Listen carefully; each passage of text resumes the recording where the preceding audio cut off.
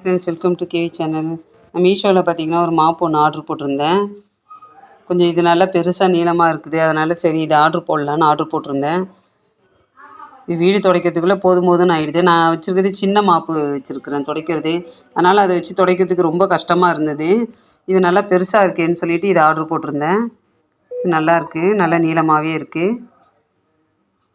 இந்த ஸ்டிக்கு கூட பார்த்திங்கன்னா நல்லா நீளமாகவே இருக்குது. நம்ம நின்றுட்டு துடைக்கிறதுக்கு ரொம்ப வசதியாக இருக்கும். இது நல்லா சாஃப்டாக இருக்குது. அந்த துடைக்கிறது கூட பார்த்திங்கன்னா நல்லாவே அது திக்காக தான் இருக்குது.